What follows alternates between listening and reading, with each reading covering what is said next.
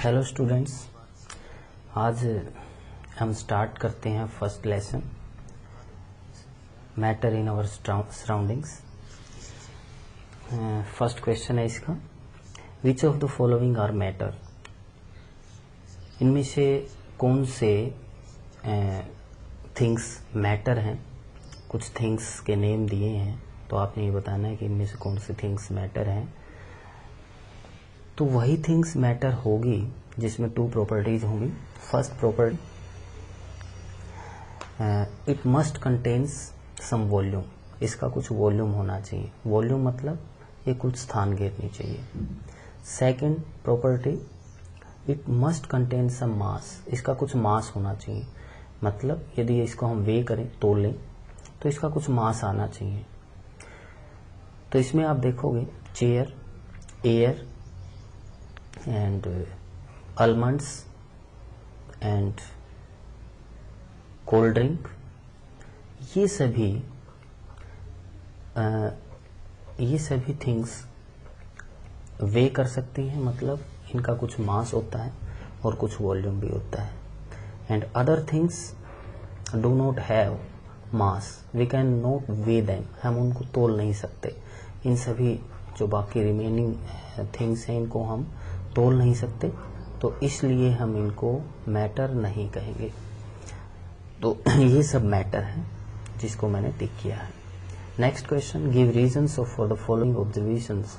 Smell of hot sizzling food reaches you several metres away, but to get the smell from cold food you have to go close. What is the meaning of this? Hot sizzling food, इसका मतलब ये है कि hot food, जो hot food है उसकी smell several metres away से ही हम फील कर पाते हैं, बट कोल्ड फूड की स्मेल लेने के लिए हमें उसको नज़दीक जाना पड़ता है। ऐसा क्यों? It is due to the diffusion. Diffusion के कारण होता है। Diffusion means mixing of two different matters into each other is called diffusion. For example, smell of scent can mix with air, तो इसको हम diffusion कहते हैं। And ink can mix with water, this is also an example of diffusion. ये भी diffusion का ही example है। In the same way, smell of food can mix with air, this is again another example of the diffusion.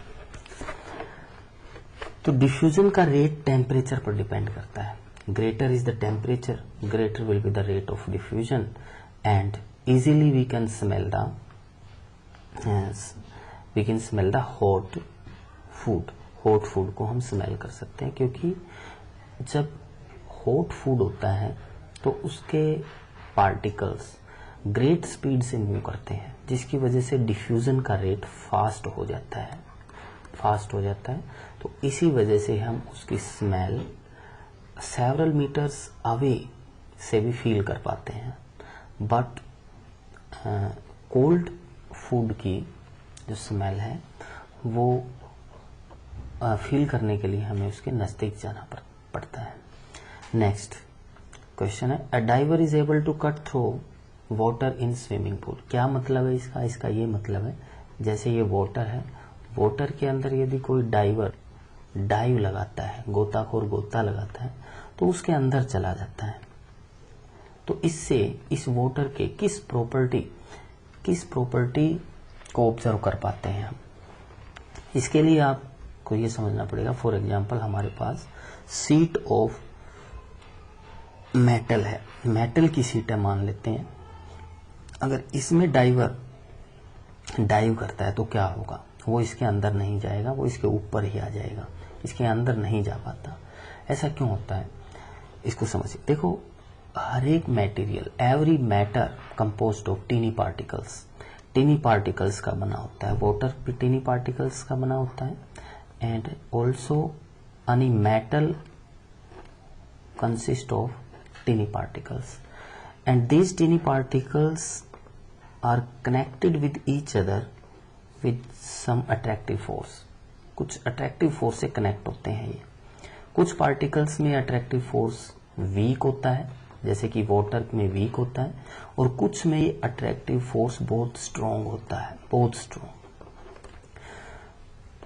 तो जो जिसमें strong होता है वो उसको हम काट नहीं पाते, वो टूट नहीं सकते, वो ब्रेकअप नहीं हो सकते, और जिसमें वीक होता है उसको हम तोड़ सकते हैं इजीली, तो इसलिए हम उसके अंदर जा पाते हैं। आपने ये भी देखा है कि मेटल जो है वो हार्ड होती है, हार्ड, और ये हार्ड नहीं होता, ये सॉफ्ट होता है। वाटर जो है वो सॉफ्ट होता है, सॉफ्ट। तो यहां से आप शायद समझ गए होंगे कि डाइवर इजीली इसके अंदर डाइव कर सकता है और इसमें नहीं कर सकता। तो इससे किस प्रॉपर्टी का पता चलता है कि ये हार्ड है और ये सॉफ्ट है। तो यहाँ से हमें इस बात का पता चलता है कि diver is able to cut through water in swimming pool, shows that force of attraction between the particles of water is not so strong, इतना स्ट्रॉन्ग नहीं है। A diver is able to overcome the force of attraction present among the particles of water by applying greater force of attraction present among the particles of water by applying greater force। तो driver को ज़्यादा force की ज़रूरत नहीं पड़ती इसके अंदर, तो ये सॉफ्ट होता है और ये वाटर जो है मेटल जो है वो सॉफ्ट नहीं होता। तो यहाँ से हमें इस प्रॉपर्टी का पता चलता है। कौन सी प्रॉपर्टी का? Property of hardness. Next, what are the characteristics of the particles of matter. Matter के जो पार्टिकल्स होते हैं उसकी क्या कैरेक्टरिस्टिक्स हैं। अभी हमने थर्ड क्वेश्चन में ये देखा कि every matter is consist of particles से बना होता है। अब इस पार्टिकल्स की कुछ प्रॉपर्टी भी होती हैं। तो पहले मैं इसमें 4 प्रॉपर्टी शो कर रखी हैं, तो मैं बता देता हूँ आपको इनको one by one. Particles of matter are very small. जो पार्टिकल्स हैं मैटर के वो वेरी स्मॉल होते हैं, इतने स्मॉल होते हैं कि हम नेट आई से इनको ऑब्जर्व नहीं कर सकते, नहीं देख सकते। यही कारण है कि हमें वाटर है उसके अंदर पार्टिकल्स दिखाई नहीं देते, because particles are very small. Second, particles of matter have space between them. Particles के बीच में स्पेस होता है, इसी वजह से यदि हम उसमें इंक डालते हैं तो इंक उसके अंदर मिक्स हो जाती है, डिफ्यूज हो जाती है। तो इसका ये कारण है कि जो इंक के मॉलिक्यूल हैं, इंक के पार्टिकल्स, वो इनके पार्टिकल्स में, वाटर के पार्टिकल्स में जो गैप है उसके अंदर फिक्स हो जाते हैं, तो इसलिए वो इसके अंदर मिक्स हो जाते हैं। Next, the particles of matter are continuously moving. कोई भी मैटर उसके पार्टिकल कॉन्टिन्यूसली मूव करते रहते हैं।